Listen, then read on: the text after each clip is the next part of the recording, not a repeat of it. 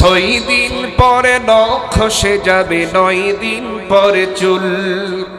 কবর গাহের সামান নিতে কইরো না কেউ ভুল। 6 দিন পরে নখ খসে যাবে, 9 দিন পরে চুল। কবর গাহের সামান নিতে কইরো না কেউ ভুল। কবর জায়গা ভালো নয়, কবর জায়গা ভালো নয়। আমল দিয়েই কবর গৃহ সাজিয়ে নিতে হয়।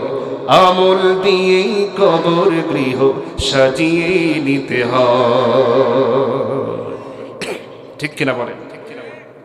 17 দিনে পেট ফেটে শেষ পোকার খাদ্য হবে। 60 দিন পরে গোশ থাকবে না, কঙ্কাল পড়ে রবে। ও ও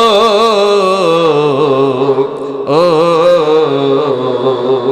17 দিনে পেট ফেটে শেষ পোকার খাদ্য হবে। 60 দিন পরে গোশ থাকবে না, কঙ্কাল পড়ে রবে। 90 দিন হাড়গুলো সব, 90 দিন হাড়গুলো সব আলাদা হয়ে রয়। কবর জায়গা ভালো নয়, কবর জায়গা ভালো নয়। আমল দিয়েই কবর গৃহ সাজিয়ে নিতে হয়। আমল দিয়েই কবর গৃহ সাজিয়ে নিতে হয়। 6 দিন পরে নখ খসে যাবে, 9 দিন পরে চুল।